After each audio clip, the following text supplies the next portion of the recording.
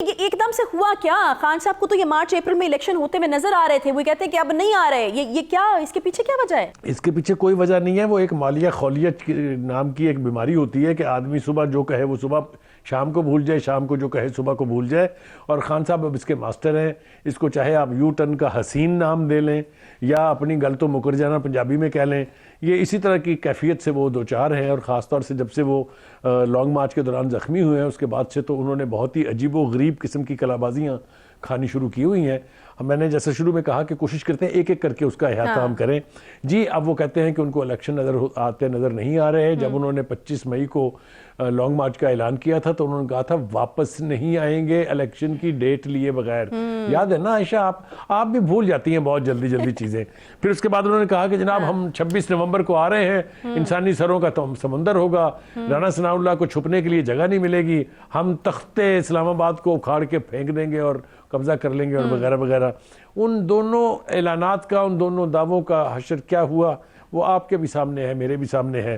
لہٰذا جب کچھ نہ بن پائی تو پھر انہوں نے کہا اب تو ہم اسمبلیاں تحلیل کر کے چھوڑیں گے، پنجاب کی بھی کے کی بھی. یہ ایک ایسا دعویٰ تھا جس کی ان کو اپنے گھر کے اندر بھی سپورٹ نہیں تھی، اس لیے کہ ہم نے یہ دیکھا کہ پنجاب کی اسمبلی کے لوگوں نے بھی چیف منسٹر سے بھی کہا، میڈیا سے بھی گفتگو کی انہوں نے بغیر سکرین پر آئے ہوئے، اور کہا کہ اسمبلیاں نہیں ٹوٹنی چاہیے. پھر رانا ثناء اللہ نے ایک خوبصورت بات کی، اس نے کہا اسمبلیاں تو قائم کرنے کے لیے ہوتی ہیں، توڑنے کے لیے تو نہیں ہوتی ہیں. یہ کوئی تماشا نہیں ہے، یہ کوئی کھیل نہیں ہے کہ جس کو جب آپ چاہے بنا لیں، جس کو جب چاہے آپ توڑ دیں. ہیونگ سیڈ دیٹ، اب تھوڑا سا میرے خیال سے خان صاحب جو ہے وہ مایوسی کی طرف جا رہے ہیں. یہ تھوڑی سی اس میں فرسٹریشن ہے، تھوڑی سی اس میں ڈیسپریشن ہے، اور تھوڑا سا اس میں یہ ایک ایلیمنٹ بھی ہے ان کا کہ وہ سمجھتے ہیں کہ ان کے خلاف چاروں طرف سے سازش ہو رہی ہے. پہلے انہوں نے فوج کو نشانہ بنایا ہوا تھا، آپ کو یاد ہے انہوں نے اپنے اس جرنیل کا جو ان کے نزدیک سب سے بڑا جمہوریت پسند تھا، وہ جرنیل جس نے ان کی حکومت کی ہر مشکل وقت میں مدد کی تھی، وہ جرنیل جس کو خراج تحسین پیش کیا تھا. انہوں نے سکرین کے اوپر سنی ہوئی ساری باتیں ہیں جنہیں میڈیا بار بار دہرا رہا ہے، لیکن پتہ نہیں کیوں کسی کو خیال نہیں آتا ہے کہ وہ یہ یاد کر لے کہ میں نے پرسوں کیا کہا تھا، ترسوں کیا کہا تھا، اور آج میں کیا کہہ رہا ہوں. ہیونگ سیڈ دیٹ، جو ان کا مقصد تھا کہ وہ الیکشن وقت سے پہلے کرا لیں گے، اس میں ناکامی کا یہ کنفیشن ہے کہ وہ اب کہہ رہے ہیں کہ مجھے الیکشن جو ہے وہ ہوتے ہی نظر نہیں آ رہے ہیں. وہ یہ نہیں کہہ رہے کہ وہ وقت پر ہوں گے، اور یہ بات بالکل ٹھیک ہے. 2-3 طرح کی باتیں ہوئی ہیں. کچھ نے کہا اکنامک ایمرجنسی لگا کے 6 مہینے کا ٹائم آپ لے سکتے ہیں، کچھ نے کہا لا اینڈ آرڈر کے اوپر یہ آئین کے اندر پروویژنز موجود ہیں. اگر 1 سال اور گھسیٹا جا سکتا ہے الیکشن تو پھر میں سمجھتا ہوں پرویز الہی صاحب ٹھیک کر رہے ہیں کہ وہ چاہتے ہیں کہ ان کی وزارت اعلیٰ جو ہے وہ قائم رہے، کیونکہ 6-7 مہینے تو ابھی ویسے الیکشن میں ہیں، 8 مہینے، اور 1 سال اور مل گیا تو ان کی تو ایشی ہے. یہ جو ٹیکنوکریٹ سیٹ اپ کی بات ہو رہی ہے یہ کتنی آپ کو ویلڈ لگ رہی ہے یا آپ کو لگ رہا ہے کہ اس طرف ہم جا رہے ہیں؟ دیکھیے یہ بات ہم نے اس کی باز گشت پہلے بھی سنی ہے اور ہم ابھی بھی سن رہے ہیں. یہ کہا جا رہا ہے کہ اگر یہ حکومت اپنا وقت پورا کرتی ہے اور الیکشن کسی ایک وجہ سے التوا کا شکار ہوتے ہیں تو پھر یہی حکومت قائم نہیں رہے گی، بلکہ ایک ٹیکنوکریٹ کی حکومت کہہ لیجیے اس کو، یا آپ ایک نیشنل گورنمنٹ، یہ اصطلاحات ہیں جو ہم نے متعدد بار سنی ہیں، تو اس کو قائم کیا جا سکتا ہے. لیکن اس کی تصدیق کے لیے جو ذرائع ہیں، یہ الزام تو لگا دیا ہے خان صاحب نے، لیکن جو اس کے حوالے سے گفتگو کرنے کے مجاز ہیں ان کی طرف سے ابھی تک ایسا کوئی اندیہ جو ہے وہ نہیں آیا ہے. دیکھیے الیکشن کے اعتبار سے اس وقت تمام پولیٹیکل پارٹیز جو ہیں وہ کچھ نہ کچھ کہہ رہی ہیں. آپ نے دیکھا قاہرہ صاحب نے کیا کہا، آپ نے سنا بلاول بھٹو زرداری نے کیا کہا، آپ نے سنا پرائم منسٹر صاحب نے کیا کہا.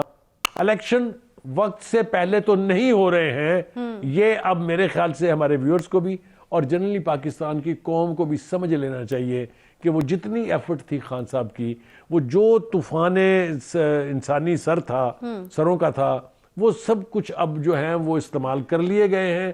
اس کے باوجود بھی الیکشن کہیں قریب دکھائی نہیں دیتے ہیں.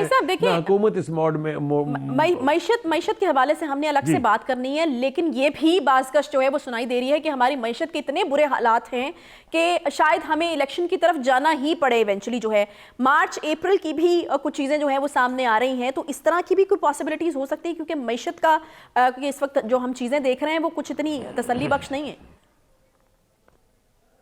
دیکھیے یہ وہ راگ ہے جو خان صاحب پچھلے 8 مہینے سے تسلسل کے ساتھ الاپ رہے ہیں. مجھے یہ بتائیے کہ کیا خان صاحب نے آپ کو یا کسی بتایا ہے کہ جب ہم الیکٹ ہو کے دوبارہ آ جائیں گے تو یہ ہماری پالیسیز ہیں، یہ ہمارے فیصلے ہیں، اس طریقے سے یہ ڈوبتی ہوئی کشتی اکانومی کی جو ہے وہ سرفس ہو جائے گی اور پھر جہاز بن کے آسمان پہ چلی جائے گی۔ یہ ان کے جتنے اکنامک ایرسٹاٹلز تھے وہ استعمال ہو چکے ہیں۔ حفیظ پاشا کو انہوں نے استعمال کیا، شوکت ترین کو انہوں نے استعمال کیا، اور جو اکنامک ایرسٹاٹل ہیں ان کے سب سے بڑے جو ہیں اسد عمر صاحب، ان کو 1 سال کے بعد خود خان صاحب نے فارغ کیا تھا، کسی اور نے نہیں کیا تھا، اس لیے کہ ان سے اکانومی چلی نہیں تھی۔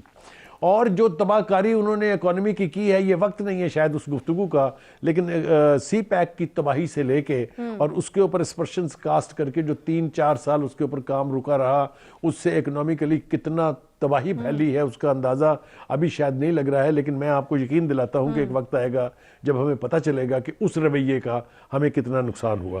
میرے خیال سے ہم پہلے الیکشن کی بات سمیٹ لیں تاکہ پھر اس کے بعد ہم آگے چلیں۔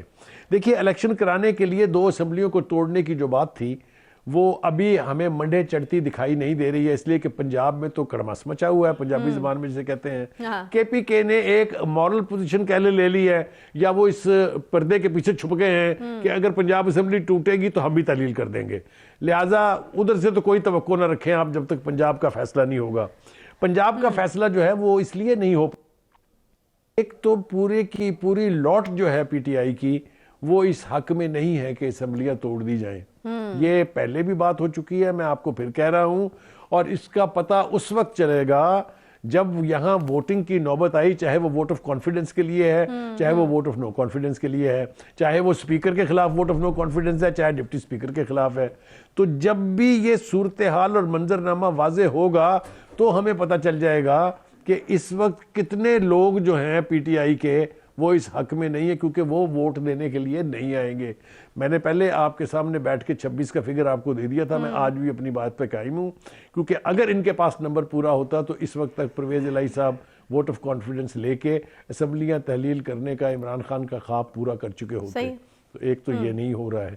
دوسری طرف اگر آپ دیکھیں تو خان صاحب نے اور بھی بہت ساری باتیں کی۔ انہوں نے ڈیفالٹ کے حوالے سے کہا، آپ کہہ رہی تھی نا کہ معیشت کی بات کرنا بہت ضروری ہے، انہوں نے کہا جی ہمارے دور میں ڈیفالٹ کا 5% خطرہ تھا، یا اللہ تیرا شکر ہے کہ بالآخر خان صاحب نے یہ مان لیا کہ اکانومی ان کے دور میں بھی بہت زیادہ شیمیبل پوزیشن میں تھی، شیمبلز میں جس کو کہتے ہیں تھی۔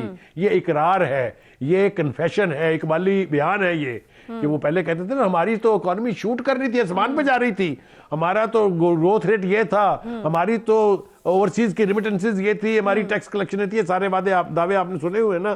آج وہ کہہ رہے ہیں کہ ہمارے دور میں بھی 5% ڈیفالٹ کا خطرہ تھا، جو اب ان کے نزدیک بڑھ کے 90% ہو گیا۔ ہم اس کے اوپر بات کریں گے ٹیل اینڈ جب ہمارا پروگرام آئے گا اس کے اوپر۔ لیکن بخاری صاحب اور اہم باتیں جو انہوں نے کی ہیں ان کی طرف بھی جانا جو ہے وہ ضروری ہے۔ یہ جو ایک طرف خان صاحب جو ہیں وہ لگ پڑے ہیں اور وہاں پر دشمنی مول لیے جا رہے ہیں، اس کے اثرات اب ان کی آنے والی سیاست پر کیا پڑتے دیکھ رہے ہیں؟ ابھی جو اس طرح کے بیانات ہیں جی کہ سرحد پر باڑ ٹوٹ رہی تھی، اس وقت ہماری فورس کو پولیٹیکل انجینئرنگ میں جو ہے وہ لگایا ہوا تھا، کس کی طرف اشارہ ہے آپ بہتر سمجھتے ہیں۔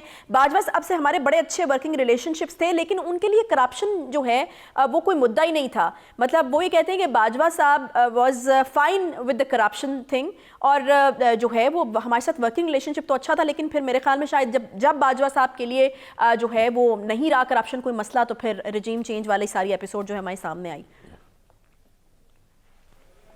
دیکھیں عائشہ، گزارش یہ ہے کہ یہ پھر بات نکلے گی تو پھر دور تلک جائے گی۔ یہ جب سے اقتدار سے موصوف فارغ ہوئے ہیں اس وقت سے انہوں نے عسکری قیادت کو نشانے پر رکھا ہوا ہے، کوئی موقع ہاتھ سے نہیں چھوڑتے ہیں۔